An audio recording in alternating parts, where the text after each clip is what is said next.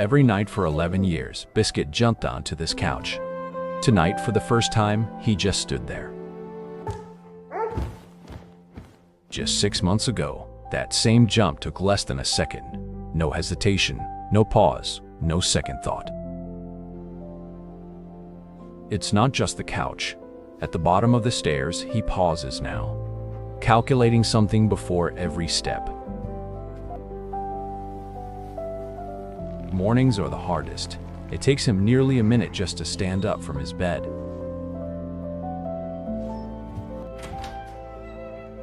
So, she did what any worried owner would do. She booked an appointment and started Googling everything. Watch closely. He started shifting his weight onto his front legs, quietly avoiding pressure on the back ones. Her son asked if the dog was okay. She realized she didn't actually have an answer.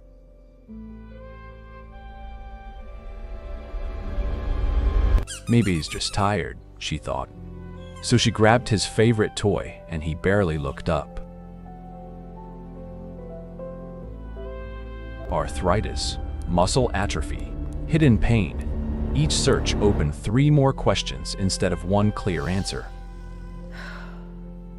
That night, she sat on the floor beside him instead of the couch.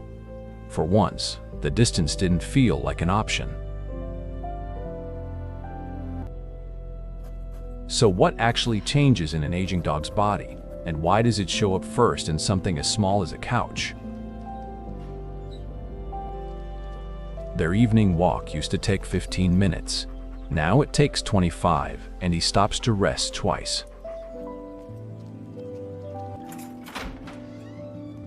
He used to meet her at the door every single day. Now, he waits for her to come to him. She started buying ramps and orthopedic beds online, comparing reviews in a grocery aisle instead of buying dog treats. Getting into the car used to be one hop. Now she lifts his back half while he does the rest himself. At 2 a.m., she hears him shifting positions again, never quite settling, never quite comfortable. She threw the ball out of habit. He watched it land and didn't move.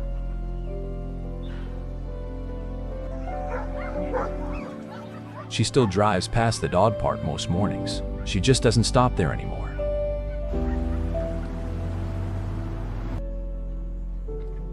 She bought a ramp for the couch. 3 weeks later, it's still folded against the wall, untouched. Brushing her teeth, she caught herself thinking, he's not the only one who's slower going up the stairs these days. The vet's word was gentle but clear: early-stage arthritis, likely compounded by muscle loss in his hind legs. Arthritis wasn't the surprise. What surprised her was learning it rarely arrives alone. Cartilage works like a cushion between bones. Over years, that cushion slowly, quietly wears thin. Inflammation builds gradually inside the joint, like sediment settling at the bottom of still water. Muscle mass doesn't announce itself disappearing. You only notice once the strength underneath is already gone.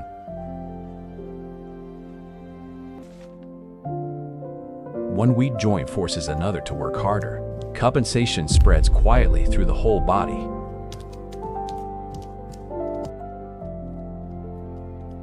Jumping demands the most force of any movement he makes daily, which is exactly why it fails first. Pain signals in older dogs can misfire, registering discomfort even during gentle, ordinary movement. Dogs are wired to hide pain. In the wild, weakness invited danger, so silence became survival. Every extra pound adds roughly 4 pounds of pressure on already strained joints. Small changes, outsized impact. Not every senior dog moves the same way. Genetics, breed, and history all shape how joints age.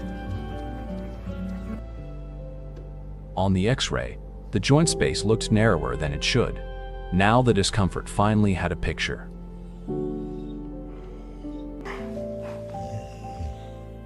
Deep sleep is when joints get their best chance to recover. Restlessness quietly steals that repair time.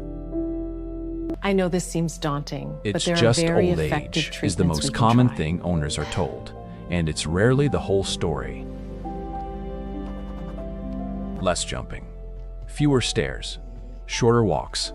Without meaning to, he'd already started shrinking his own world. Aging also shifts hormone levels that regulate healing, meaning recovery itself simply takes longer than it used to. Cartilage, muscle, inflammation, weight, sleep, hormones, 6 quiet factors, 1 very visible missed jump.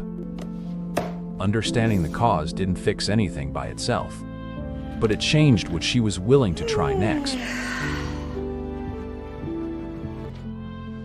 Giving human pain medication seemed harmless. It's actually one of the most dangerous mistakes an owner can make.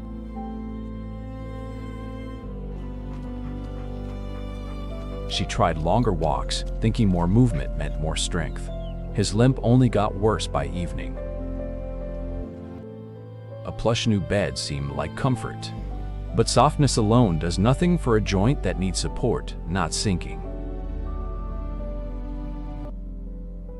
The follow-up appointment got pushed twice.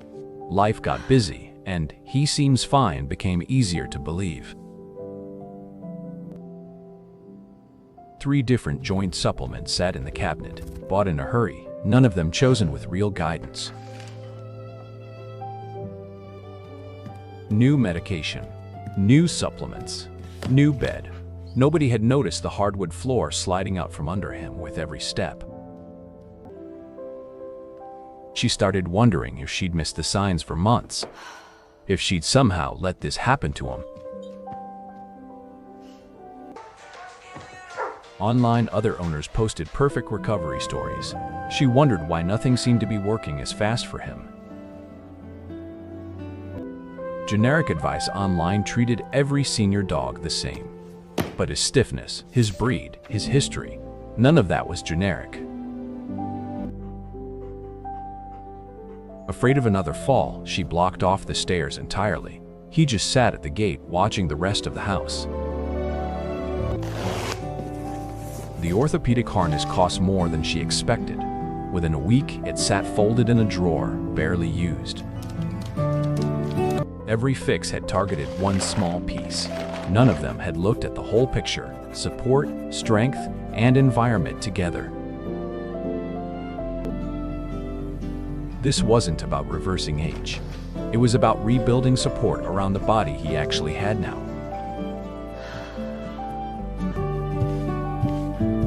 The simplest fix cost almost nothing. A few non-slip rugs laid along his most used paths through the house.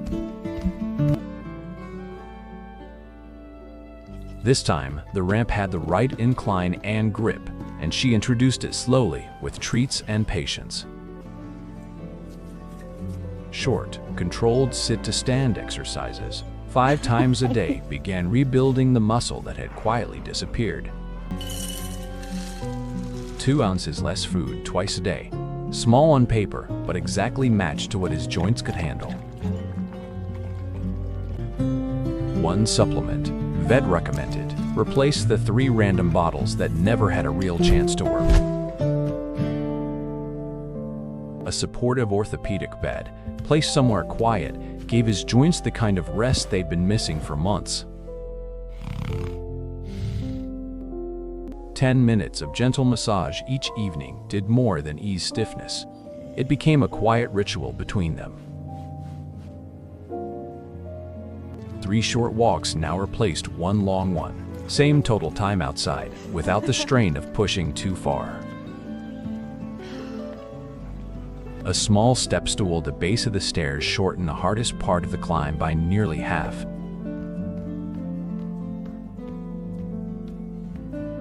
The ball got replaced with a soft rolling toy along the grass. Enough motion to spark joy, gentle enough to be safe.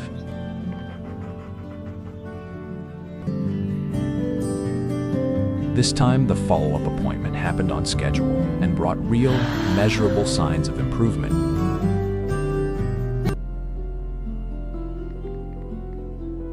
She found an online group of senior dog owners, not for comparison this time, but for shared, practical support. A set of low, wide pet stairs now sat beside the couch, sturdy, gently sloped, built for exactly this moment.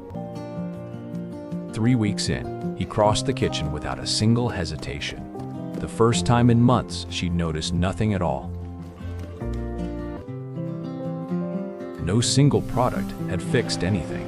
It was the daily rhythm of all of it together that quietly changed everything. Months later, in the same low light, he stood at the same spot, but this time, something felt different. 4 paws, 1 solid landing. No hesitation left in his body, just a couch and a job well done. She didn't cheer or make a fuss. She just sat down beside him, letting the moment be exactly what it was.